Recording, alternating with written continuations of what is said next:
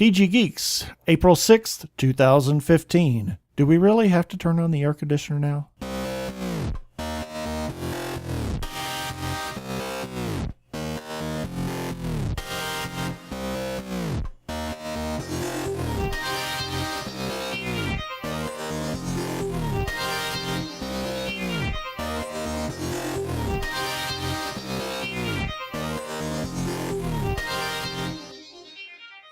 Hello and welcome to another webcast from tggeeks.com, where Ben and Keith, the two gay geeks, talk about all aspects of geekdom and nerdery.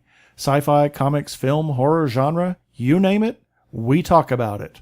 I'm Keith Lane, your producer here at TG Squared Studios in lovely Phoenix, Arizona. And I'm Ben, also in lovely, but yes, it is ridiculously warm Phoenix, Arizona. So, right now, we've got some TV news that I kind of want to go over with you, and I want your opinion on this, because this was kind of big for the Doctor Who fans, and given how controversial this last season was, I think this is a rather worthy story, and that is Russell T Davies. Well, he's going to contribute 2 scripts for the upcoming series of Doctor Who. Warning, warning. Yes. The man himself declared openly on several occasions that he was not planning to return to writing Doctor Who after 5 years as showrunner. However, it turns out like so much of what we're told from the internets, is a complete and total lie. Because the BBC... I know, go figure. The BBC has confirmed that Russell T Davies is back on as a writer for Doctor Who for not just 1 script, but for 2, and apparently this is supposed to be after much begging on Moffat's part. Now, that was his words, not ours. So, I just kind of want to forget about this story, and well, not completely forget about the story, but I want your opinion. Given what we both thought of this last season of Doctor Who, what is your take on the idea of Russell actually coming back to pen 2 stories? If he's going to write anything, I would say at this point, it would have to be better than what we experienced last season. I just absolutely, I was about to give up, and I really have to decide whether I'm going to start watching Doctor Who when it comes back. You know, it's a thought just this moment occurred to me. Now, when Russell was the showrunner for Who, every now and then Stephen Moffat would come in and pen a story, and generally those stories were amazing. They were good stories. They were fantastic. I think he's lost his way. And now I'm kind of wondering a little bit, because when Russell was showrunner, we were all getting very tired of some of these. I mean, I don't know if they were as insulting as some of the big Moffat-run Doctor Who seasons have been, but we were all kind of under the impression that, Russell, it's time to kind of, walk away from the show. Let Moffat, Moffat's a really awesome writer. Let's have him take over the show. And now we're thinking the same thing, except perhaps a little bit worse in terms of Moffat. So I'm kind of wondering, maybe it's a bad idea for a showrunner to be that creatively controlling. Yeah, well, how many did Moffat wrote? What, 4 or so of the episodes last season? Of last year? Yeah. Ooh. He wrote, about 4 or 5, I would think, but he did have his hand on rewriting some of them. Right. Well, you could tell in a couple of them. I recall we were watching those, and he said, "Oh my God, now we can tell exactly where Moffat stuck his fingers in this thing." I mean, he may not have done an actual rewrite. I mean, I think arguably the best episode from last season was Mummy on the Orient Express, because that one felt most like classic Who. But there was that one scene kind of early on, and it was more about the whole Doctor. Oh God, and her name already went out of my head. The companion. You too, huh? I'd forgotten already. Jenna Louise Coleman, whoever she played. Her name just, that's my take on this. I mean, the whole relationship between the Doctor and his companion became so ugly and so contentious that it was a sore spot for me for the entire series. And now we've got this wonderful story in Mummy on the Orient Express, but we have that little scene between the Doctor and his companion, and it's all about that relationship. And we both kind of thought, all right, maybe Stephen didn't directly rewrite that scene or physically go into the script and write it, but he, without question, told the writer, I want this. Right. Forcing the writer to kind of... Exactly. put his 2 cents in there. So I'm kind of wondering now, with Russell just coming in to write 2 stories. I mean, we have no idea where this next season is supposed to go. I don't know. Moffat hasn't really revealed his hand yet on this. Well, since Clara's coming back. Clara, thank you. I really got tired of her character. I mean, as we said before, she's a fabulous actress. I love her, but she was so much fun during the Matt Smith era. Yeah, but the writing of her character just became odious. It was highly out of character, as we've discussed many times, for the so-called impossible girl to now become so at odds with the Doctor. I couldn't accept any of that entire storyline. So I don't know where this new season is going to go. I kind of get the feeling that maybe Moffat got something out of his system that he was hoping to get out. I don't know. It'll be interesting to see where this goes. I don't know. Yeah, we'll see.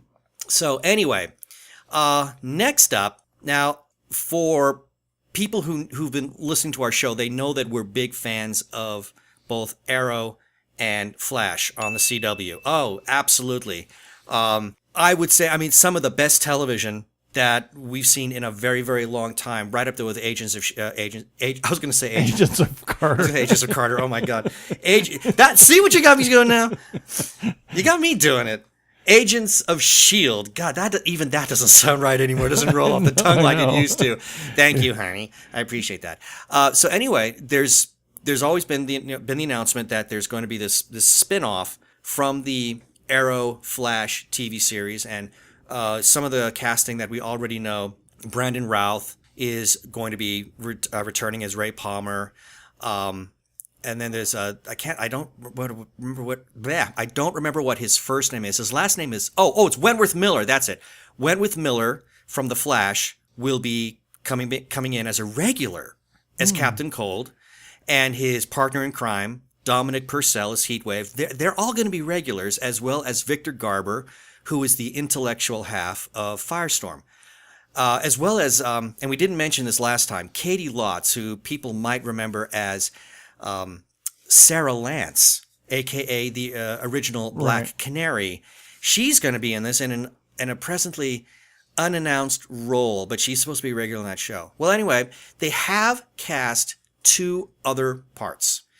One of them is the character of Hawkgirl. She's going to be played by Carol Renee, and she just recently made her TV debut last year on Law & Order SVU.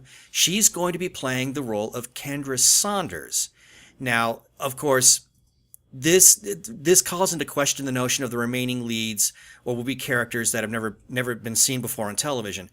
Hawkgirl, she did appear extensively in animation and even in live action during Smallville. That said, the only initial rumor is that there will be 3 never-before-seen heroes. I don't know how I feel about that. Not that those heroes would be the same as the 3 leads who are out for casting. I don't know. That part has me a little concerned, but given the enormous success of the showrunners, I'm gonna give them the benefit of the doubt and say, okay, guys, I trust what you're doing. So we've got Hawkgirl is going to be coming in. Another character, and this one caught me very much by surprise. And that was? Well, there is Arthur Darvill. I don't have Rory. Yes, Rory. Rory from Doctor Who. He's going to be playing a time-traveling hero named Rip Hunter. And I wasn't quite sure how to take this. Rip Hunter is described as a roguish time traveler who hides behind the strains of being responsible for history itself, behind a facade of charm and wit. And he's also one of the 3 DC characters that have previously not been exploited in television to join this particular product. I will go on record and say I really like Arthur Darvill. When we first met the character of Rory, I thought he was just a whiny, sniveling, terrible character. And this is one of the smart things that Moffat did early in his tenure. He gave Rory a lot of evolution, which I think was able to really exploit some of Arthur Darvill's acting ability. Right. So, but I couldn't help but think, wow, what did Arthur have to say when he's approached and say, yeah, we'd like you to appear as a time traveler? I know. I mean, were the words typecasting just running through his head? I'm probably sure there was this dead silence on the other end of the phone when he was talking to his agent. And his agent said, no, wait a minute. You're playing this guy. This is serious. Yeah, you're playing a guy named Rip Hunter. And I would imagine, I really don't know much about this particular character. That's the Doctor's secret name. Oh, is that what it is? Rip Hunter. Oh, no. So, wait a minute. So, Rory and the Doctor... Okay, you gave me a headache. So, in any case, he's... You're welcome. Yes, thank you so much. Those are the two characters that have been presently announced for this new spinoff series, which is yet to be given a title. It's still being called the Arrow/Flash spinoff series. Well, why don't they just call it the Atom? And since he's going to be the main character, right? Well, but... Or do we know? Well, that's kind of a good question. It's kind of implied that he will be, but I keep reading stories that they're going to be rotating characters in and out. Now, one story that completely blew me away, and...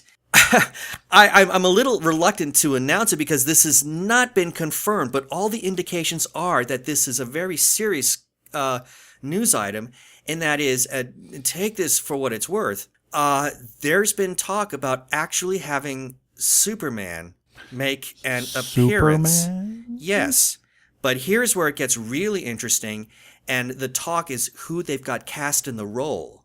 Ooh. Tom Welling from Smallville. He could be... Dreamy? Well, As Superman? Well, he's going to have to go up against some of the other beefcakes on that show.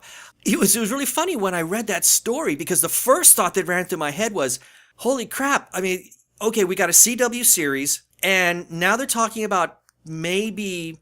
just a little bit here and there. I mean, not as a regular, but as sort of like this very sparingly used guest character, Superman, having Tom Welling appear. The first thought that ran through my head is, are they going to try to actually retcon the Smallville series into this new TV show? And I remember I mentioned that on Facebook, and I believe it was Arkle had said that would be a problem because that series had its own Flash, its own Arrow, and its own Aquaman. And oh yeah, doggone it. Well, yeah, suppose so he can't be the same Clark Kent / Superman.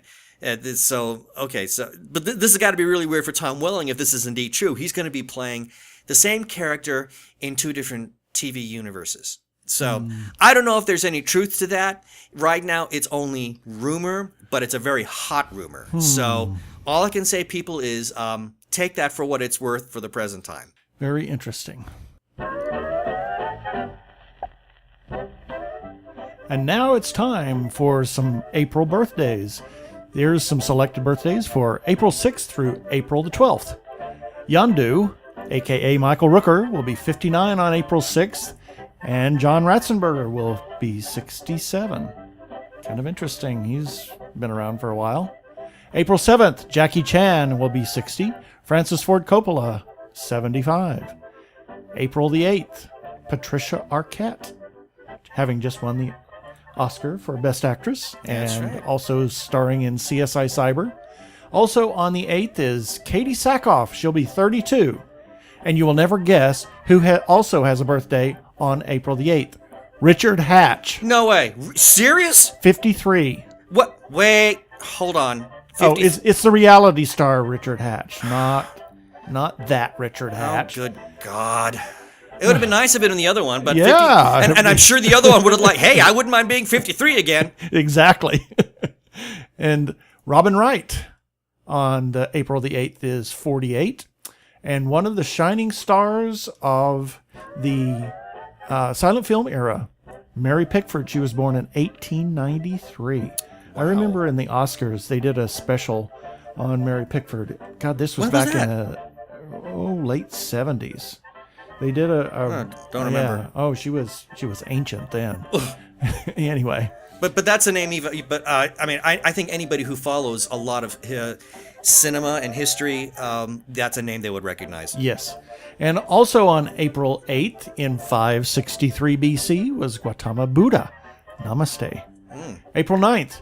Since we didn't have anybody else, I reached back for W.C. Fields, born in 1879. My little chickadee. What do you know? What do you know? What do you know? April 10th, Ming the Merciless, a.k.a. Max von Sydow, will be 85. On April 11th, a man who just recently came out, Joel Grey, will be 82. Recently is like, okay, who didn't know? You didn't know exactly. And on April 12th, David Cassidy. Oh, Keith Partridge. 64. Can you believe? My Whoa, God. whoa, Oh my whoa, God. whoa. Stop. Back the truck up. 64? Yes. Okay, 64. now, give me my bloody walker, okay? I'm too old now. Yep. And finally, on April 12th, two of the opera world's finest.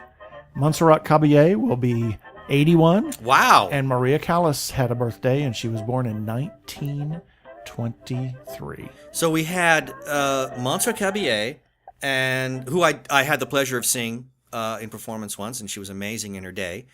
And Maria Callas? Yes, Maria Callas. Both amazing soprano divas, and they had the same birthday. Same birthday. I mean, not birth date. Birth date, correct. Yes. Wow. That's...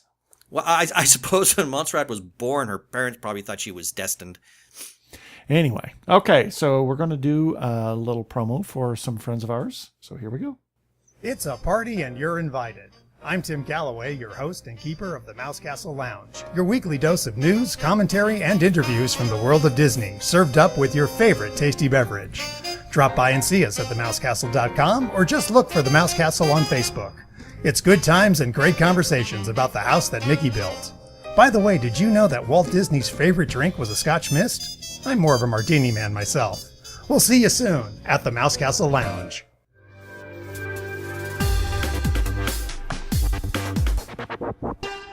Okay, welcome back. We're going to do some movie news now. Yes. Now, in what was a surprising turn of events, very recently, when it was revealed that the Walt Disney Company is actively working towards making, I've been waiting for this one, Tron 3. Been so excited. I was a huge fan of the first Tron film, and as I proudly like to tell everybody, I also worked at the Lawrence Livermore National Laboratory, where Tron was filmed. And then, of course, Tron That's Legacy. a big door. Yeah, that's a really big door. And Tron Legacy, which surprisingly did not do bonanzas in the box office. But, I thought it was a great film. Oh, God. We just watched it again the other night, and that, to me, is still one of the finest science fiction films recently to come out. So I was very happy to find out that Tron 3 was finally been given the green light. Now, while the movie does not yet have a firm release date, it seems that the production has actually been given a name. Now, hold on. Okay. What is this? Tron Ascension. I really don't know what to think about this. I mean, well, we can't say for sure if this is actually going to be the official name, because we do know that movies go through a lot of title changes. Sometimes they're changes like Revenge of the Jedi became Return of the Jedi.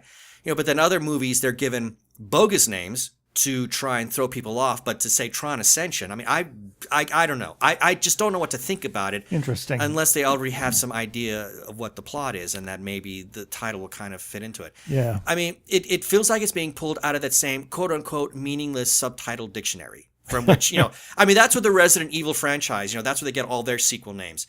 But when you kind of give this some kind of thought, I mean, it's possible to see how maybe, it maybe kind of fits in with the sci-fi Tron franchise with, maybe characters working to ascend from the grid into reality. I mean, that happened with Korra. True. She ascended out of the grid. So it'd be interesting to see. It might have something to do with it. As noted, the movie runner, Joseph Kosinski, he is currently attached to direct Tron 3, although little else is known about the sequel's development at this time. There has been suggestion that both Garrett Hedlund, Hubba Hubba, and Bruce Boxleitner, they have both suggested that they would be involved. Now, I keep hearing stories back and forth that they have actually committed to doing this film, but they're working actors. So it's very possible that they may have already set up a commitment, and can't get out of it. I don't know. But I can't imagine that Joseph Kosinski would want to do this movie without the two of them. It would be nice to have...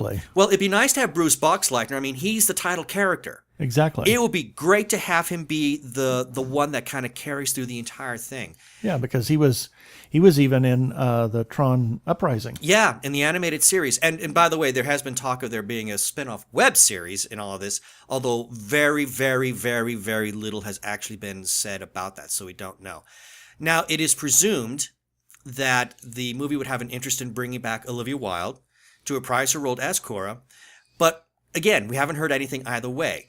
Of course, there's supposed to be an October production start date. That means we might start getting updates in the coming months. We have to wait and see. True. And let's not forget that Disney's biannual convention, the D323 Expo, D23 is being held this summer. So they might be waiting to make any kind of formal announcement until then. True. And then right after that, you've got San Diego Comic-Con. Yeah, the interesting thing will be if they pick Jeff Bridges up again. That's what everybody's hoping for. That one I would like that. Would really tell that it was Tron Ascension. That would be him ascending out. That would be back out of the grid. Now that would be having hot. reworked the grid. Is there anybody else that you would like to see come back in Tron 3? Maybe a certain villain. Maybe. I don't know. Like a certain maybe David Warner. Oh, that's right. We were talking about that. I completely forgot all about that. Yeah, because they made a real point in Tron Legacy of pointing out Dillinger. Yeah, you've got Edward Dillinger, who is responsible for... Who's their big programmer now. Yeah, he's responsible for NCOM 12, the new OS. And there's a very, very unusual cryptic scene. It's so fast, you really can't see it. But unless you're looking for it, and that's right after Sam Flynn has sabotaged the whole presentation, Edward kind of starts to walk off the scene, and he's making a phone call.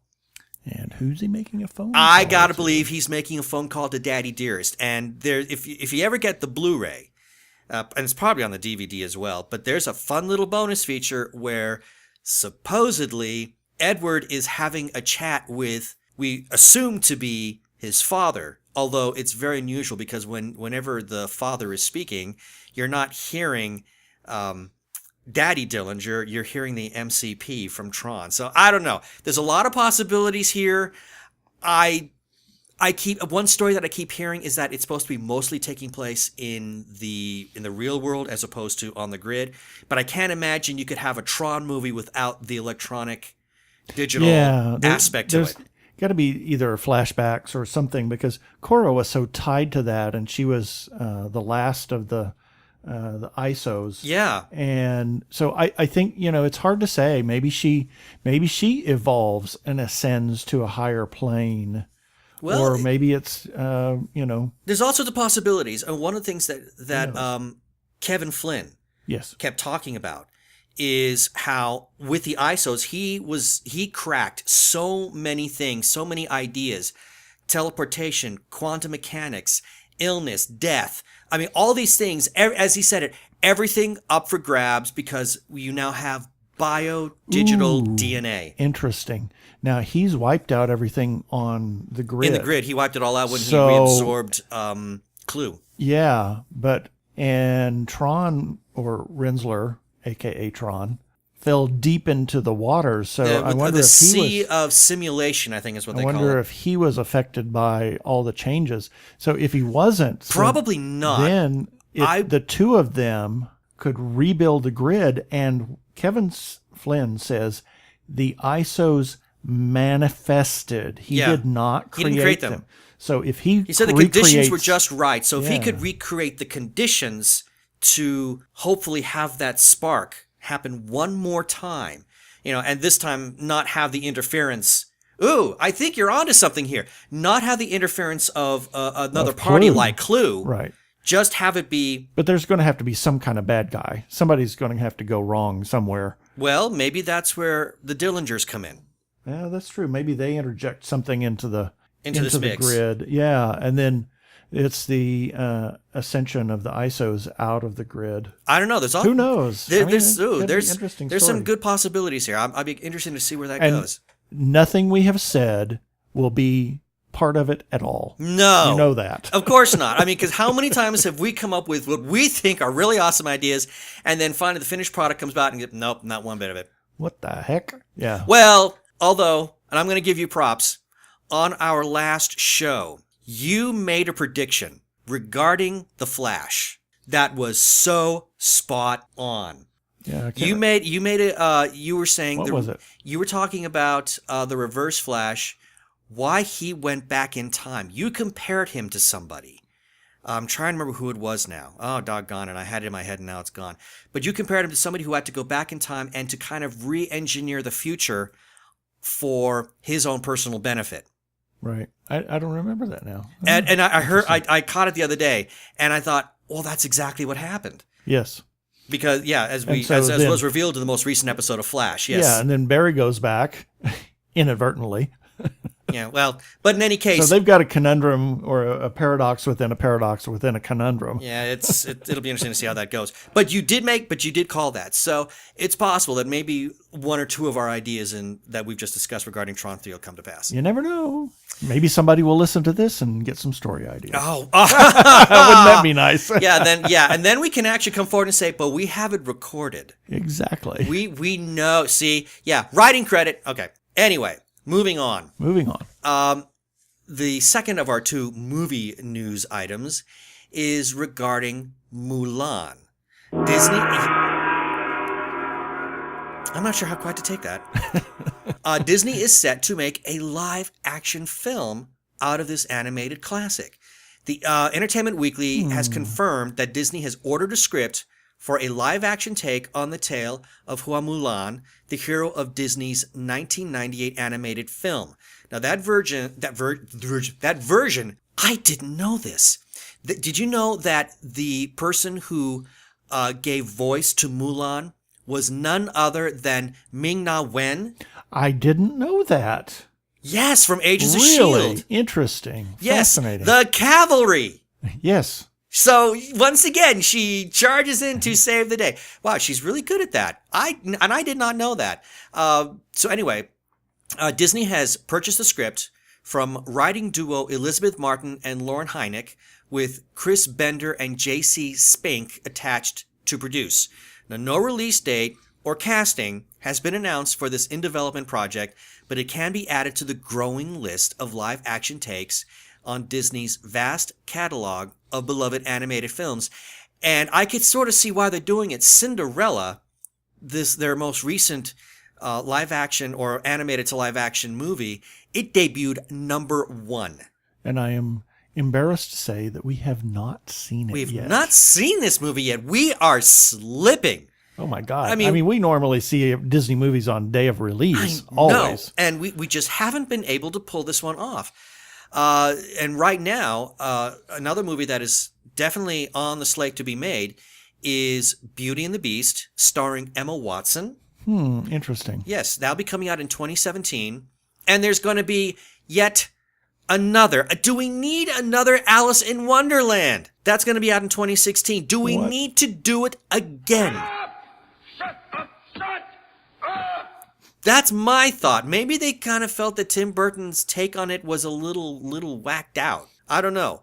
And there's also plans for a new Jungle Book. Again, that's another one that they're revisiting. God. I mean, okay, yeah, shoot it dead, please. Just because it was done once doesn't mean it necessarily has to be done again. Just kind of leave it alone. You know, just move on to a different project like you're doing with Mulan. I think is a good idea. And they're also doing, now this one scares me, a live-action Dumbo, hold on, said to be directed by Tim Burton. I'm not even sure I would give that a rim shot. I really don't know. The Dumbo has me scared. Yeah, I'm very much afraid of that. I don't quite know what to think. So what do you think about the Mulan news? I think it could be interesting. I think it could be very interesting. It would give them an opportunity to portray Chinese culture properly. Yeah, I remember when the animated movie came out, it was greeted with a lot of unhappy people. Yeah, because it departed from the story significantly. Yeah, they didn't like that at all. Disney does that all the time. Well, they do it. They do it especially with the animated films. Right. Because they really want to create something that is extremely family friendly. They did it big time with Beauty and the Beast, which is one big reason why my mother refused to watch the animated film, because she loves the old black and white French classic. So, well, your mother refuses to watch a lot of things. So. Nah, I know. Be that as it may. If we told her it was a foreign film and put the subtitles on, she'd probably might go watch see it. She might go see it. But with this Mulan, I like the idea of them being able to maybe really give an accurate, as you said, a very accurate depiction of what Chinese culture was back then. Yeah. I mean, really pay homage to the Chinese society of that day. I mean, they have and still have an enormously rich and noble culture. Yeah. It would be wonderful to put out a film that that really puts, that really spotlights this heroine in Chinese history. And they could even bring James Hong back as the He'd be old enough. Emperor. He'd be old enough. Well, actually, that was wasn't that James was Hong? Pat Morita. Oh, was it Pat Morita? Pat Morita. No, James Hong. He was the counselor. Oh, that's right. He was the counselor. He was the counselor. They could bring him back to play the counselor, or he could play the emperor, because Pat Morita's gone. But I would like to see him as the counselor, because he's got that agitated voice anyway. Yeah, and he could do the what was from Big Trouble in Little China? Lopan. He could do Lopan. Lopan style. Oh no, man! I got a bad feeling about that. I think that could really just cheese a lot of people off. But he would do it. James Hong has got an amazing sense of humor. If you haven't seen Lopan style, look it up on YouTube. Find it on YouTube. It's hilarious. He's kind of dated now. But it's a bit dated since Gangnam Style is no longer the big thing. But if you remember Gangnam Style, see Lopan Style. It's very, very amusing, and it just makes me admire James Hong only that much more. Didn't we do a piece on that on Slice? I think we did it on Slice. Yeah, we did well, we did a Klingon Style. Yeah, I'm pretty sure we did that. That's how I saw that. But I think Brian Brown mentioned, if he did, I think it was Brian Brown who mentioned you got to see Lopan Style. It's very funny. But yeah, James Hong is awesome. I'll see just about anything that he's in. I really like him a lot. Okay, is that? That's it. That's all. Oh wait, I'm trying to think. Do I have any other movie? No, I don't have. Any trivia? No. It's just that we're getting closer and closer to the eventual release date of Avengers 2. Oh my lord. And there was some little bit of movie news. I was reluctant to post this because I cannot substantiate this story to save my life. But this is the one thing that I really hate about trying to report on news around this time, because we just had April Fools. Yes. So I can't trust anything. But there was a news story that got released just before April Fools, and that was about the casting of the Spider-Man for the upcoming Marvel films. Now that Marvel has reacquired Spider-Man, there was talk about who they're going to cast in the role. And it was already stated that once Marvel got Spider-Man back, Andrew Garfield was out. They weren't going to use him again. So there was talk about who are they going to get. And the story that I got was Tobey Maguire, that they're going to bring him back, which on the surface sounded like a great idea if you discount Spider-Man 3, because I never want to see Peter Parker do emo dancing again. Never again. But I like the idea of at least taking the first Spider-Man film, and possibly even the second, and retconning them into the Marvel Cinematic Universe, because now you don't have to do a reboot on the character. We don't have to do another origin, although I think the idea of an origin on Spider-Man is kind of pointless at this time anyway. But I've been to the Marvel website. I can't find anything. I cannot substantiate that story whatsoever. So for all you people out there who sees, they see any kind of story about Tobey Maguire being cast to play Peter Parker again, take it with a major grain of salt. Besides, I think they're going to go with somebody younger. Interesting. I have a personal wish list. I can't remember his name, but he's in Teen Wolf, and he also starred in the recent movie The Maze Runner. I want to say Dylan O'Brien, but I'm not sure if that's his name or not. But I'd love to see that guy because he could capture. You need someone young because Peter Parker he's. I mean, if you're gonna put him in that same time frame, I mean, he's like a college student. We really need to keep him young. We don't want to get him too old because then it won't quite jive in with the rest of the universe. So that was really the third story that I was going to talk about. But again, I say at this point, I wouldn't put much stock into that. Yeah, I want to share one little thing. Our friend Crazy Joe asked that we share this on our website and Facebook pages and et cetera, et cetera. It was bring back Star Trek: The Next Generation as a TV miniseries. Oh, wow. There was, let's see, it was just a little thing that somebody it was posted. It was a Facebook page, like a Facebook group, right, that you could follow, you could like. And I think with Star Trek's big anniversary coming up, that people were kind of hoping that maybe Paramount would wise up and realize that Star Trek. I mean, okay, so say what you will about the movies. The JJ movies. I'm okay. I don't know. I'm okay. Lens flare. Then we got lens flare, and then we got this third movie coming up. But really, Star Trek, in terms of its philosophy, I think is best served as a weekly show. Even if as a mini-series, I think it can tell better stories in that particular format. I mean, it needs to be on television. That's where Star Trek is best because that's where you can do, I don't want to say moralizing. Yeah. But that's where... They tell good stories. They tell excellent stories. Usually bring something in that's current in, Yeah, they can really tell a good... Star Trek episodes are morality plays. Yep. And it's hard to tell... Some of them are. Some of them are. Not all of them. No, not all, but... We don't want to make Eugene mad. Actually, Eugene would agree with me. I think he would agree with me that some of them are morality plays. Oh, no, it was Joe that was saying, no, not all of them were. Well, no, not all, no.